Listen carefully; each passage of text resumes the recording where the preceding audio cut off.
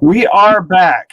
It is episode 105 of the Metal Roundtable. I am Metal Rob. With me, as always, is the great Carcass John and also Scott Raging Waters. We are a little somber, subdued today.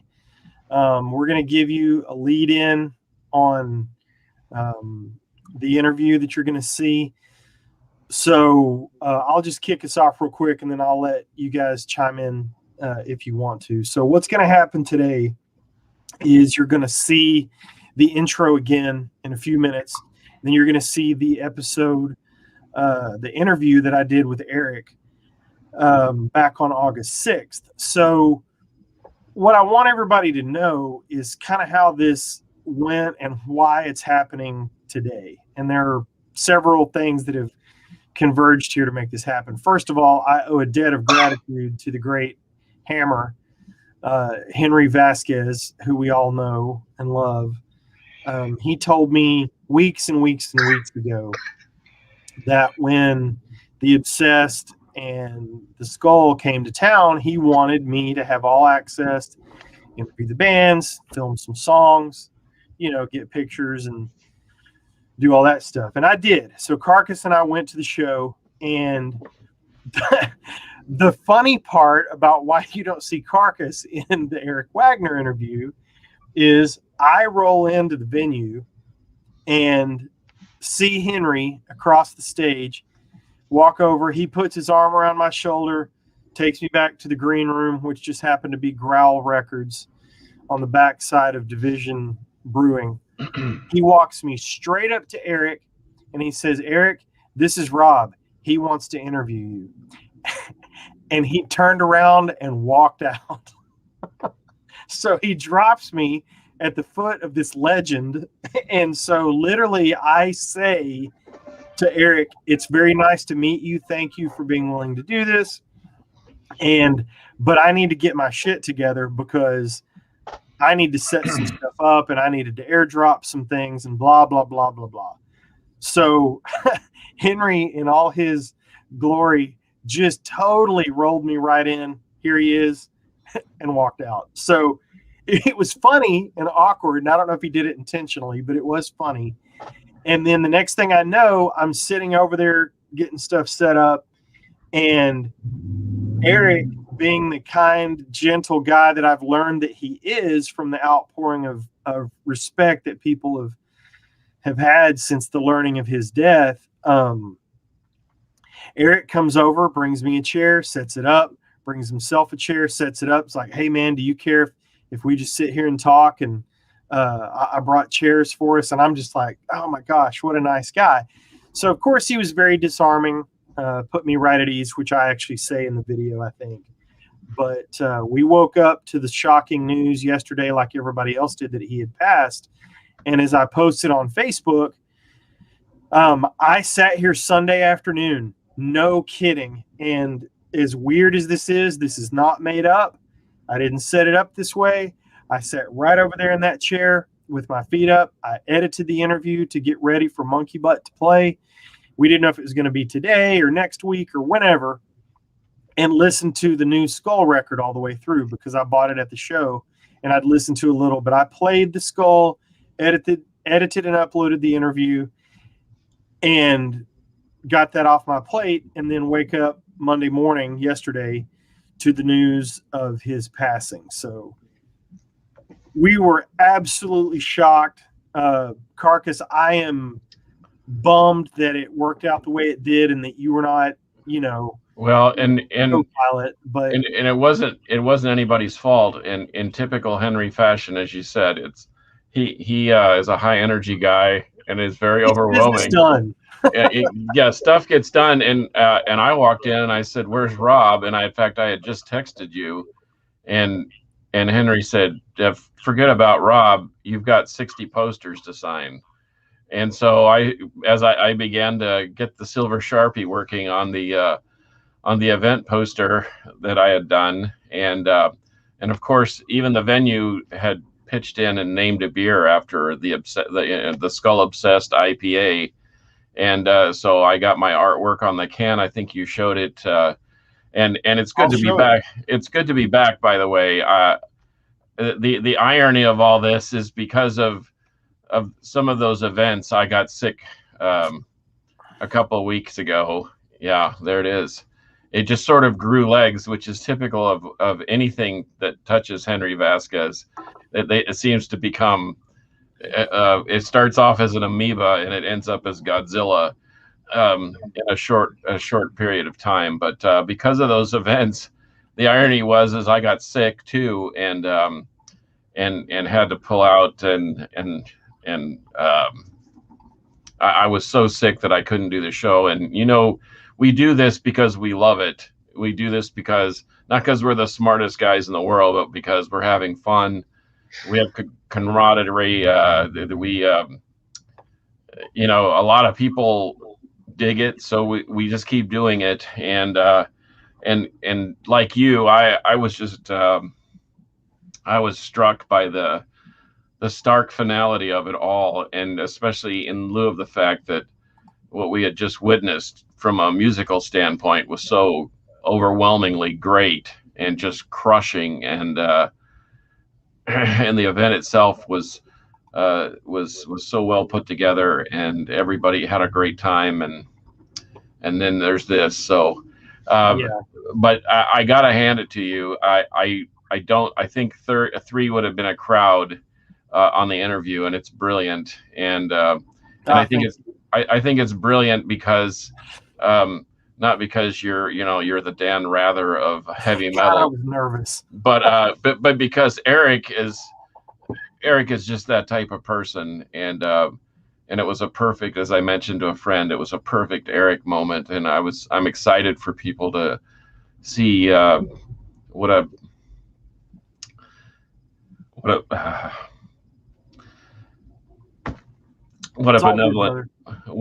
benevolent, kind soul he was, and anybody that was around him knew that he was the genuine article. So I look forward to everyone having a chance to check it out. I pardon my emotions. I literally thought I was over it, but we appreciate people chiming in. This is just an absolute. It's the reality of the last few years. There's the only thing that this can maybe show is just the solidarity amongst friends and family. The finality of his passing is just overwhelming, but fortunately we're able to remember, and I did the same thing you did. I went back through the whole entire catalog, and in fact I was going to read something from his Blackfinger solo project is really a it's a very introspective thing. I would admonish everybody and encourage you to check it out. But some of the lyrics are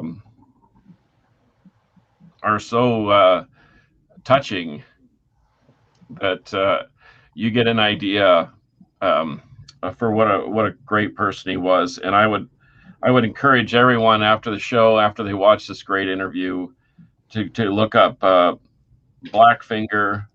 The title of the song is Why God, and if there's not a tear in your eye, then you're just not a human being. But that being said, what a great piece of history that we've stumbled upon, and I just can't wait for people to see it. And thanks again for you guys pitching in. When I wasn't available to go, I was super sick, and I just I'm glad I'm feeling better, but this was overwhelming. And but I appreciate the camaraderie and the brotherhood that we have. And for sure, man, we love you, buddy. I'm glad you're better too. You were struggling there for a few days. I'm glad you're back. I was worried about you and thinking about you.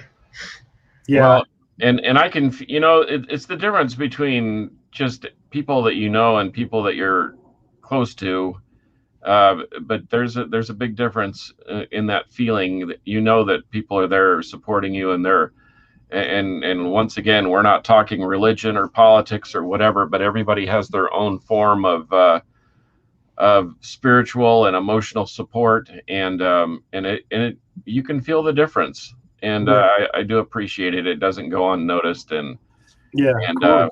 I'm grateful to have friends like what we have here. Yeah. Well, before the episode airs, I want to let everybody know, or before the interview airs, rather, and I promise, Scott, I'll let you talk. I'll shut up in a minute. This was done on August 6th. The coincidental timing is just that. It's just coincidental. We're not trying to capitalize. We present the interview with the utmost respect for Eric and his family and his friends and his bandmates. So this is not none of us are getting paid here or anything like that, but we thought it appropriate to, pay tribute to the man and let the interview, speak for itself. So that's what we're going to do. So we ask that you stay civil and nice in the comments and don't, and enjoy. Typically, our people that watch typically don't do that, and we appreciate that so much. But enjoy the greatness. I mean, yeah, because it that voice coming through on the interview was impressive, and it's still, I've watched it 2 or 3 times just to take it in, and it's pretty cool. Fortunately, I don't say much, so you can just listen to him. But Scott, what did you have, brother, before we get over to the interview? No, let's get on to the interview. I've got nothing to really add. The whole thing's just a bummer. We should also just mention quickly that we lost the drummer from the Rolling Stones, I believe today.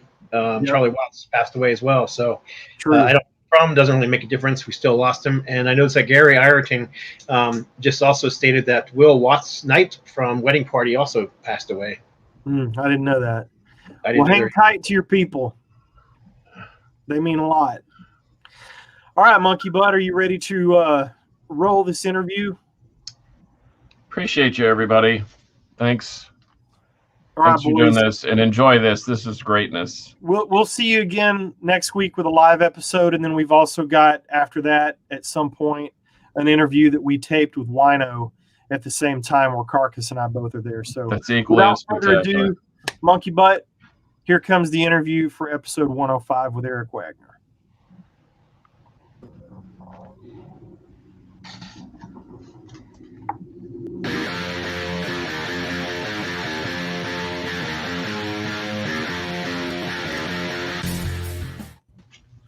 We are back.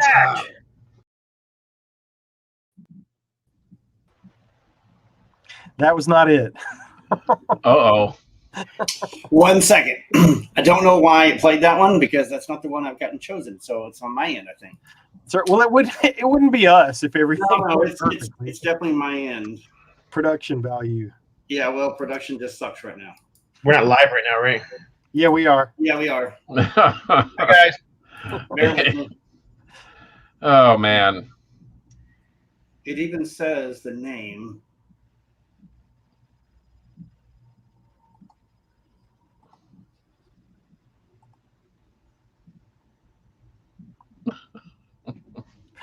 Production value. DJ. Okay. Now, without further ado. Okay. This should play. This should be the one. All right. Thanks again.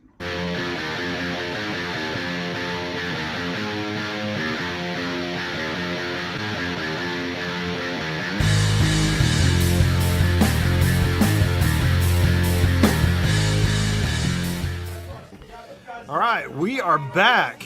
It is episode, I'm not sure what yet, of the Metal Roundtable.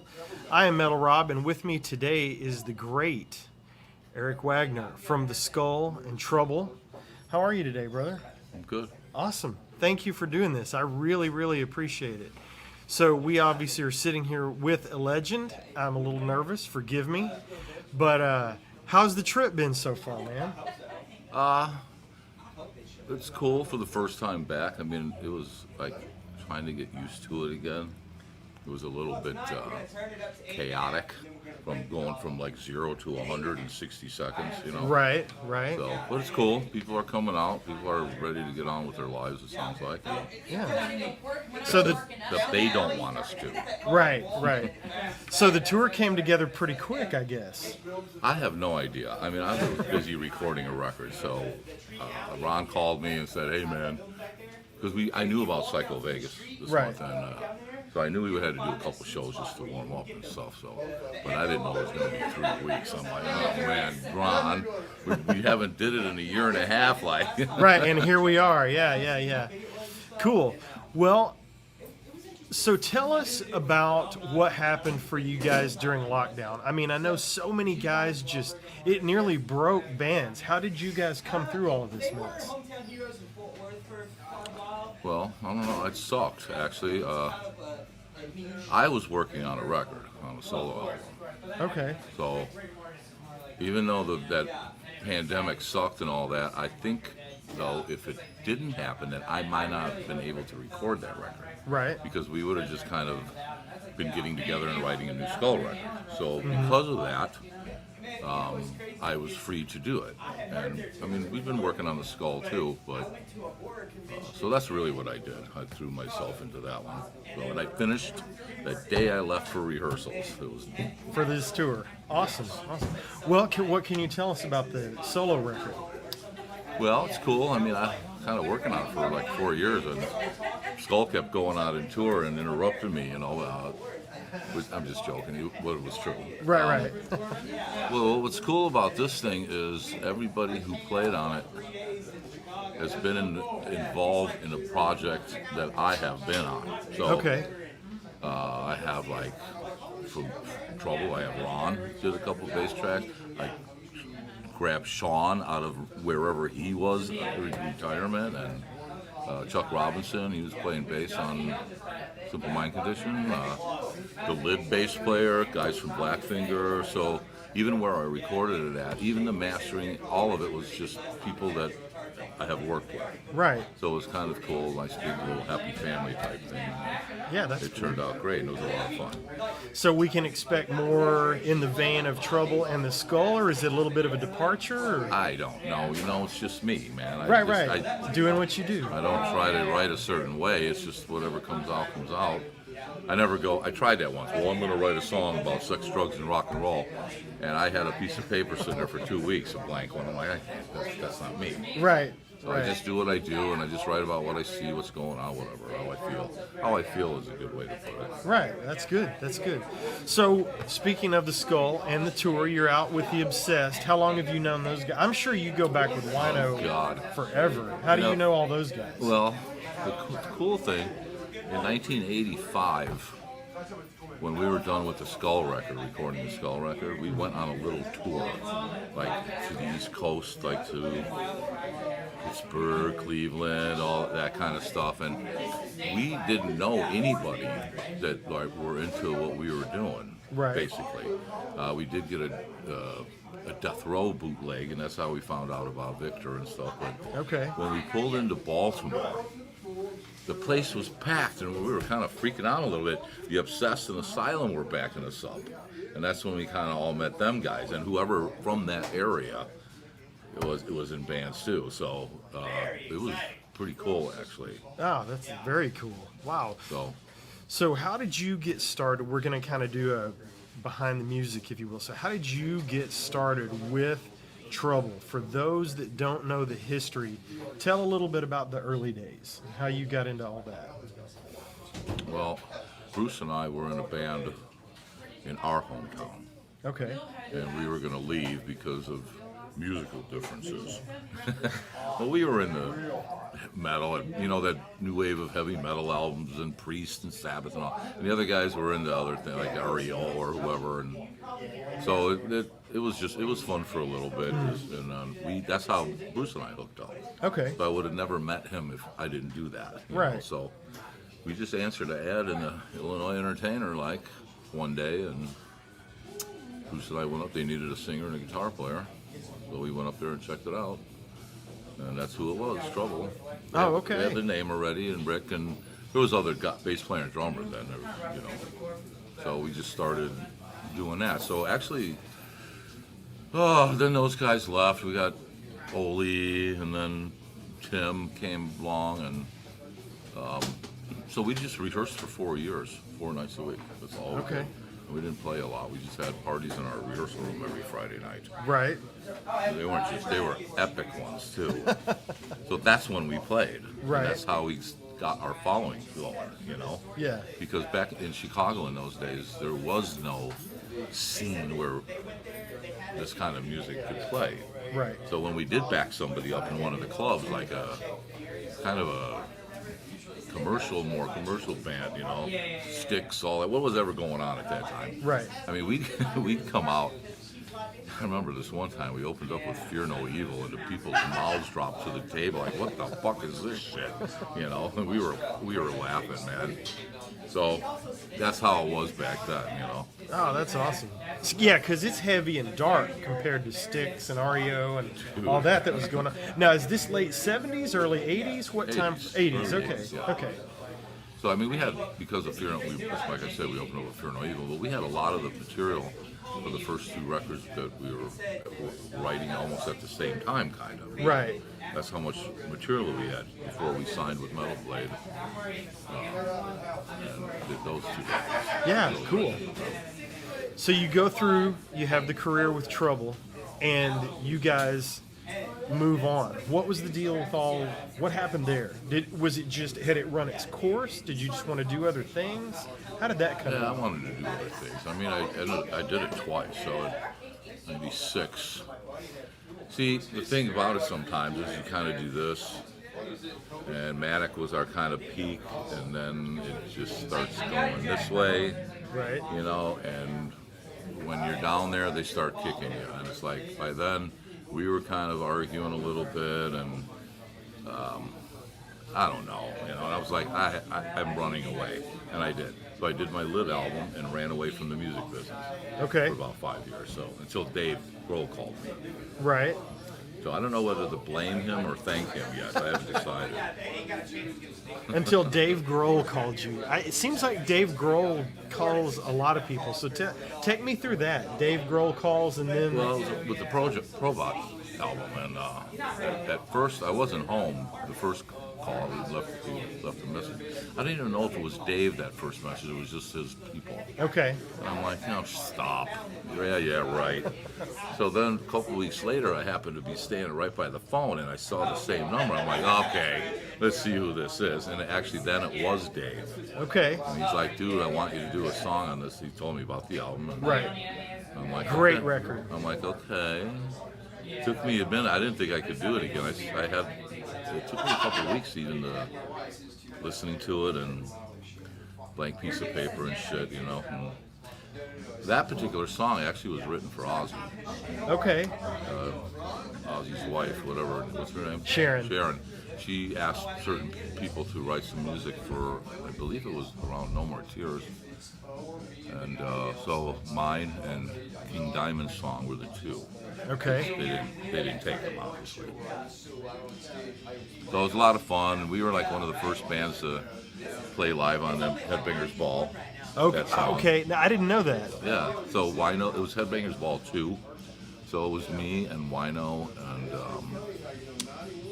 Greg Anderson and I can't remember the bass player, and Dave, obviously. And we did My Tortured Soul on MTV that night. Wow. I did not know that. I will have to go Yeah, find you that can on see it. YouTube. It's easy. Oh, yeah. So then you roll through that time of the career, and then the Skull happens in 2014. But that was the first album. Okay. First album. So tell us about the formation of that. Well, I was at the Days of the Doom Fest in Kenosha, Okay. Wisconsin, with my band Blackfinger. Okay. We headlined one night, and Ron was there with Earth and Grave, and Oli was there with his thing, what was that called? Retrograde. Okay. So I invited them both on stage at the end of our set to do a couple of Trouble tunes. Perfect. And we didn't say anything to anybody. All of a sudden, it just happened, and people freaked out. Beautiful. I was like, that was kind of fun, because it's been shit, at that point, I left Trouble in '08, so that was 3 years since Okay. I did it. And so it's like the next day, I kind of I messaged both of them. I asked them if they wanted to start like a tribute band. Mm-hmm. You know, and they're like, "What do you mean?" And I said, "Well, tribute to Trouble." I said, "You look just like the bass player and the drummer, and for some strange reason, I sound exactly like the singer and look like him. It's really weird." Weird. That's odd. Yeah, that is like, very odd. They're like, "Okay." So we thought it was a good, you know. You're like, I've got this Eric Wagner thing going on. This Let's didn't see hurt what- none either. Right. So you guys just get to rehearsing and writing songs, and here it comes. Not at first. We decided that we were going to do only the early stuff, the first 2 albums, because them guys didn't do it no more. We didn't even do it when I was still with them. You know, they're like, well, it doesn't fit the new stuff. I'm like, bullshit. It's part of our history. Right. Of course we should play it all. Right. But so we just decided to separate ourselves from them. We would only play them first 2 records on. And some things from Plastic Greenhead, because that's the only album Ron and Ole and myself were played on together. Okay. So we did some of those too. Okay. Which was kind of a cool thing, because it kind of set the foundation on how we ended up writing. Mm-hmm. You know, heavier and stuff like that. And Right. I mean, after doing a bunch of shows and stuff, you know, people started asking if we're going to do a record, and we're like, why not? Yeah. For those who are asleep. Right. Great record. Thank you. Great So- record. So now we've been switching. We used to do All Trouble, then we went to about 50-50, and then once the second record came out, we were like, I'm like, I want to be the Skull now, and we are the Skull in the set, and we started doing just Trouble songs for the encores. Right. So sometimes if like on tours like this, you don't get encores, and we don't do any Trouble. And to be honest with you, there has not been one person come up to me and ask me why. But before, I used to be like, okay, what song you want to hear? And then they start yelling out songs. Right. And then, let's learn that. And then once we learn it and play it, then if somebody wants to hear something else. Right. So that's a game that we couldn't win. Right. So everybody is very respectful of the Skull, and if you play Trouble songs, great, and if you don't, Well, we also have done shows where we just do Trouble songs. Like a couple years ago, we did in Norway a festival. They wanted us to headline both nights. One night to be Trouble and one night to be the Skull. right. We went out doing the first album in its entirety on the anniversary, and we also did it with the self-titled one. Perfect. So if people want to pay for it, we'll do it. Like, 'cause it's a lot of work. I mean, it's not just, okay, let's play them. Right. I mean, we have people that live in other parts of the country and stuff, and we have to get together and learn these songs. You know, especially them guys. Yeah. I know it. It's in there, man. I'd Yeah. like to tempter. I don't rehearse that song. Right. Even with Trouble, I didn't no more. That's my time to go to take a shit or smoke a cigarette or whatever. Right You know? on. And the worst is watching somebody learn that song while me standing there. Oh, I can't take it. yeah. But you know what? Live, it's still a blast. That would be The intimidating. People know it's coming, and yet when we hit that first note, they're like surprised. Right. You know, oh my God, they're doing it up there. You know, Right, even right, though right. they know it's coming. So So I hate to default to this question, but I know this usually leads to a couple of funny stories, and it's a very cliche question.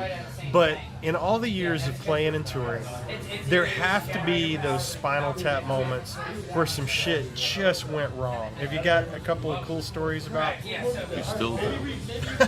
They still do. Yes. There's a lot of things I can't say. I don't know. You know, I mean, it's just a lot. There's just always something. It's a lot, and you know, I remember one time in Cleveland, we got stuck, like in the movie where they. Yeah. That happened to us. We got separated, so it was me and Rick and the drummer went trying to find our way out of the building. The other two were somewhere else, and we were kind of laughing. But that shit happens all the time. That's funny. The Skulls had exploding drummers since the beginning. too. Oh, nice. Well, hopefully Henry doesn't blow up tonight. Oh no, Henry's perfect for us. Like it just kind of so happened that because people that we've had in the band that aren't in the band anymore, it was Ron, Lothar, and myself are the three constants so far, and the other guys were all just kind of jamming with us for a while. They have their other bands too, and then it's just time to they have to go do their thing, which is cool, you know. Right, right. So it just happened that we needed a drummer and Henry needed a band, so Yeah. there he is. So how did you guys connect with Henry being here and you being? We knew I've met Henry years ago at Roadburn, Okay. in Holland. So, and Ron and Henry, I believe, were in a band together anyway. Debris with the guitar player from St. Vitus. Okay, for a while okay. there. So it's they've known all each just other. yeah. So, same with Brian Dixon on the second album from Cathedral. They toured with us, and that's how I met him. And I'm like, he'd be perfect right now, and he said yes, and so we're really, really good friends now. you know. That's awesome. So we talked about your solo album earlier. When do we expect that? Well, I don't know. I mean, they want to try to get it out this year. The record pressing plants, the album, the vinyl, Right. are far behind. Right, So, everything's and it makes no sense for somebody like me to release an album like after, like, say, November 12th. And then if we don't get it out then, it'll be in the spring. There's no reason to put it out during Christmas. Right on. And you mentioned earlier a new Skull record. How's that coming along? What's that status? Well, now, after this tour here, we can get back to doing that. It was about half written. Okay.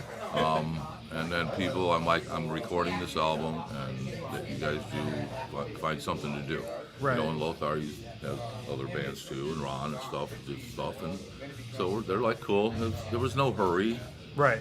you know, during all this bullshit. So I did that, you know. So as soon as we're done with all this, that's what we're gonna do. Doubtful that we're gonna play anymore this year, unless something cool comes along, you know. So you'll be focusing on The album. Yeah. the album. Yeah. And when you're not doing Skull, what are you doing? Nothing. Nothing. That's awesome. Sometimes. I'm always working on something, man. It's like, I don't know. I have to be doing something creative like that, even if it's just rearranging the whole house, the furniture. Right. Still, you know, moving the pictures around and stuff like that. I got to be doing something. Something to occupy. Yeah, I can't sit still either. I've got to be moving and doing something. Retirement will be very boring for me if I don't. Well, I work in the mornings on music when I get up. My brain is empty.